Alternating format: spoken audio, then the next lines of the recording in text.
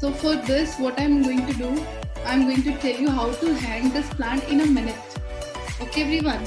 So you will be needing one pot, any kind of pot you can take, and you will be needing one thread, and through that we are going to hang and then see how beautiful it looks. Okay, let's.